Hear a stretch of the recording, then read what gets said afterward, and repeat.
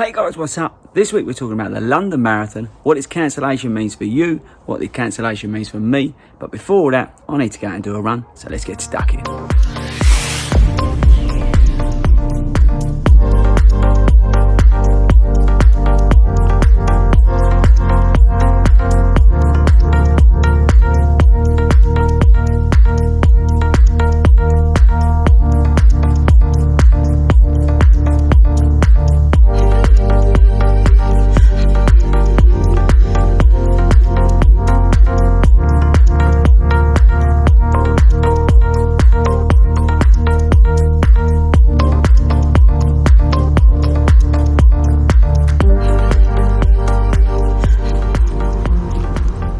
Hey, what's up guys, and welcome to this week's video. Now this week's video is a little change, last minute change actually, to what we was really going to be doing this week.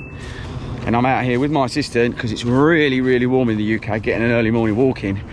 Is it warm where you are? Let me know in the comments, because over here in the UK it is absolutely roasting, so let me know in the comments. But yeah, this week is a changing video, hence me doing it while I'm out walking my assistant, because we're talking London Marathon. So we got the email yesterday, yeah, today's Friday, so we got the email yesterday with regards to the cancellation. So we're going to talk today about what that means for you, what you got to do, what that means for me, what I recommend you doing, and all that cool stuff like that. So let's get stuck in. Right guys, so I think as expected the London Marathon was cancelled. I was kind of hanging on hope, but I think once Boris Johnson, if you're not in the UK, he's our PM, he kind of put the brakes on the lockdown easing. I think once he'd done that a couple of weeks ago, or was it last week, that was basically curtains for the London Marathon. And you know what, I think he made the right decision. All those people, and it's not just necessarily the runners, it's also the spectators getting into London on the tubes and all that sort of stuff. I think they made the right decision. Obviously it hurts. I think anybody who got into the London Marathon for the first time, I'm lucky enough I've done it a few times now, but anybody who got into the London Marathon for the first time, you're going to be disappointed. Anybody who's been training for it, you're going to be naturally disappointed. And I think more importantly than anything else, which we can't forget, is the charities who rely heavily on that money, the 60 odd million quid that the London Marathon generates. It's going to really suck. So yeah, anyway, but as I said, I think it was expected in the end. But what does it mean for you? Right, so you'd have got the email. You're going to get another email, which basically gives you the opportunity to then go and do the 40th race, which is going to be a virtual race. So you're still going to be able to get your hands on that amazing medal that's going to come out, but you're going to be able to do that at home, basically like I was going to do anyway. So that kind of suits me. You've got to pay £20, but you've got to sign up for that. There'll be an email coming out at the end of August about how to sign up for that, which would be pretty awesome. I'm definitely going to do that because I want that bling. There's no way I'm missing out on the 40th medal. And I'll probably do that Betty. So that's what I'm going to do. And I would recommend, you know what, why not do it yourself? I think it's going to be great. Give yourself a challenge. You don't have to do it all at once. You've got all day to do it. Maybe break it up into 2 half marathons. But go for it, you know.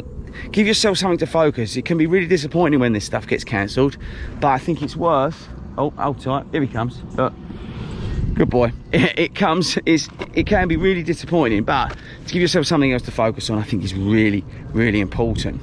Then after that, you've got the option of deferring until I think 21, 22, 23. It's not absolutely clear how that's going to work. I think some of it will depend on your charity. If you're a charity run, a ballot run, all that sort of stuff. But I think over the next couple of weeks they'll work it out how that's going to work. But over the next 3 years, you're going to get the chance to run the London Marathon. So not all is lost. I think we have to accept that this year is a bit of a freakish year, and I think they've done the right thing. And you still get the chance to run 26.2 miles. Just means you've got to do it at home. I know it's not the same. I know it's not like going to be the same feeling when you cross that bridge in London and you get that massive roar. It's unbelievable. It's like no other race. Big race, really. I think the only one that comes close is the Great North Run when you hit the beach in South Shields. But it's an epic race, and it's something you want to cherish. So you know what, by sort of cancelling it and not maybe doing just charity runners and spectators and all that sort of stuff, kind of makes sense, because then you get the full marathon, London Marathon experience, which to me you know, it makes a lot of sense. It's what you train for, and you know, as I say, you want to make the most out of it, especially if it's going to be your only one. So kind of makes sense. So that's what you got to do. Just look out for the emails. But I would really recommend, you know, you do take part in the virtual race and get your hands on that 40th medal. I'm going to do it, so why not do it with me? Right, the other cool thing they came up with was a elite race. So on the, I think it's the same day, the 4th of October, in St James's Park, which, if you're not over here, is one of the big royal parks we have. Beautiful. Check out my Royal Parks Half marathon video as well, because some of the parks are on that. They're absolutely stunning. And that's going to take place in October, so they're going to have some of the elites come over and they're going to do a special race. So that'll be really cool to watch, because we haven't had any like sort of athletics or anything cool like that. So if you're a bit of a geek on that sort of stuff, we'll have some of the stars come over and have a go at that. So that'll be really cool as well. So that's another positive thing to come out of the London Marathon being cancelled. So what should you do now? Right, now, I think personally, you should get yourself booked into either Manchester or Brighton in 21. They're two amazing events. I'm going to be doing Manchester. I'm actually going to be doing Edinburgh, which is another really cool event. Apparently, I've not done it.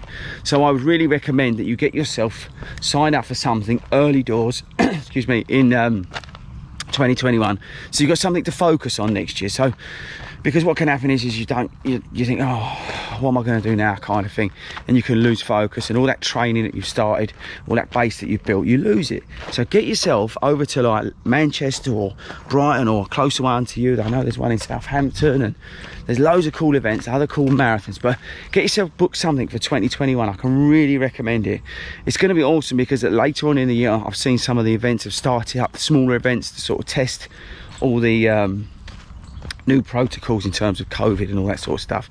So that's going to be wicked. So by the time hopefully April comes around, then all that sort of stuff will be sorted out and we won't have anything to worry about. But yeah, our biggest takeaway from all this for you, if you're sitting there at home feeling a bit sorry for yourself or whatever, is get yourself booked onto an April marathon. Give yourself a goal to focus on for the end of the year, and even, you know, maybe take August off, but then start training again in September. Right guys, so what am I going to do? Well, firstly, I'm signed up for the New Forest Marathon, which is got a good chance of going ahead. From what I understand, it's more of a trail marathon over here in the UK through the beautiful New Forest. So I'm signed up for that. Excuse me. And that's in September. So I'm going to be doing that.